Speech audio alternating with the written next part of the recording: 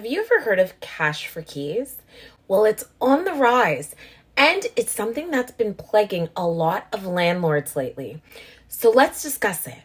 In real estate, if you're an investor, but you want to sell the property or the unit, there's only 3 ways to do so. Here are the 3 ways that you can sell a property that initially had a tenant and have the tenant leave. Firstly, can we just address why you possibly want the tenant to leave? New buyer who's purchasing the property doesn't want to assume your tenant, even if they're looking to have it as strictly an investment property. Why? Because who knows what that tenant's up to? Is it a good tenant? Is it an unruly tenant? Are they going to cause issues in the future? So it would be easier for me as a potential buyer to take on properties that don't have tenants, that I can have them with vacant possession. So if you're a seller who's looking to sell but has a tenant, here are the 3 ways that you can ask the tenant to leave. Obviously, you have to submit proper notice, but you can either be moving into the property, have extensive work that needs to be done for the property, or do something called cash for keys. And that's what we're going to be talking about. Now, a part of the reason there's been so much influx of cash for keys transactions is because there's such a long line at the landlord and tenant board. This is an easy fix, but it comes at a cost. And just before I go into cash for keys, I want to make one correction and distinction. I said previously, you could be the landlord that's looking to actually move into the property. It doesn't have to be you, but it does have to be you, immediate family, or a caretaker that's looking to be living in a portion of a property with you and your family.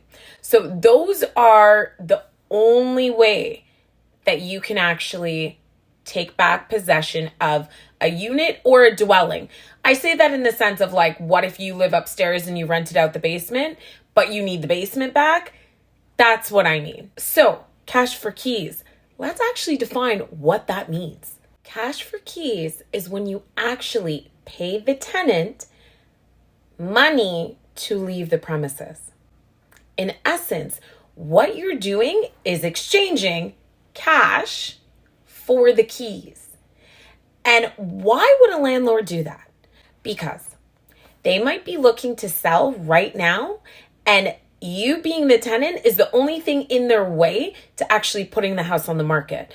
So, and to actually go to the landlord and tenant board and get you out, there's such a delay that exchanging the money just to take their possession back will save them more in the long run, rather than hiring a lawyer or a paralegal, hiring a sheriff, changing the locks.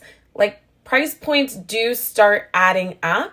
So cash for keys is literally just that, exchanging money for the keys. Now, I will say, I've heard of some tenants who are looking for some egregious amount of money in order to do the cash for keys. Let me be clear in saying cash for keys is negotiable. It's not mandatory, but if a tenant is willing to do cash for keys, it's something that the landlord and the tenant must agree and negotiate upon. So cash for keys is a really intricate process. So I would recommend that you seek guidance when it comes to cash for keys. I've seen quite a few articles of people, because this has been discussed on the news and everything, of tenants saying that they want $100,000 for their cash for keys. They want the landlord to purchase them land so they can move out and build a house. Just the most egregious things that people are asking for.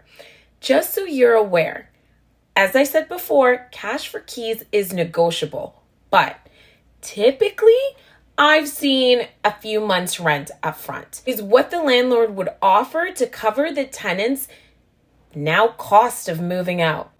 Beyond that, no one's paying $100,000 like I've seen on a couple articles. Landlords, I know, I've been in this situation once, twice, 3 times before where I tell my clients, you might want to consider cash for keys. And it seems like the most offensive option out there. Just weigh your options. You really do have to consider what it's going to take and what it's going to cost you.